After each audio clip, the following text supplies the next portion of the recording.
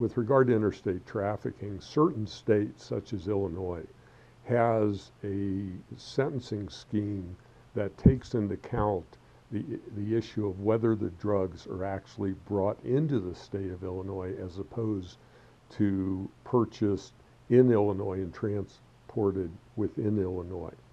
It's an element of an offense that enhances the penalty. We recently handled a case in Illinois where that was the issue in the case.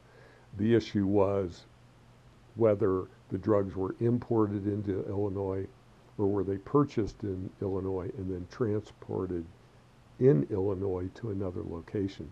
The difference was between a significant mandatory minimum sentence and no mandatory minimum.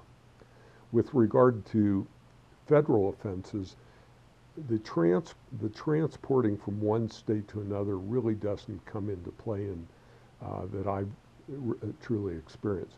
What happens in those situations is there are other elements in the offense that make it a federal offense because of some other, what we'll call federal contact involved in the case. Whether it's transported from state A to state B usually isn't at issue because what they're doing normally is in a situation where drugs are transported, and if the quantities are beyond a personal use quantity, they will charge either a distribution or possession with the intent to distribute.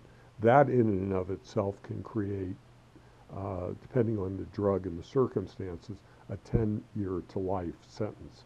So they really don't need to concern themselves with regard to the true origin of the drug. It's more of an issue of knowledge as to the possession or the intent upon the possession or distribution.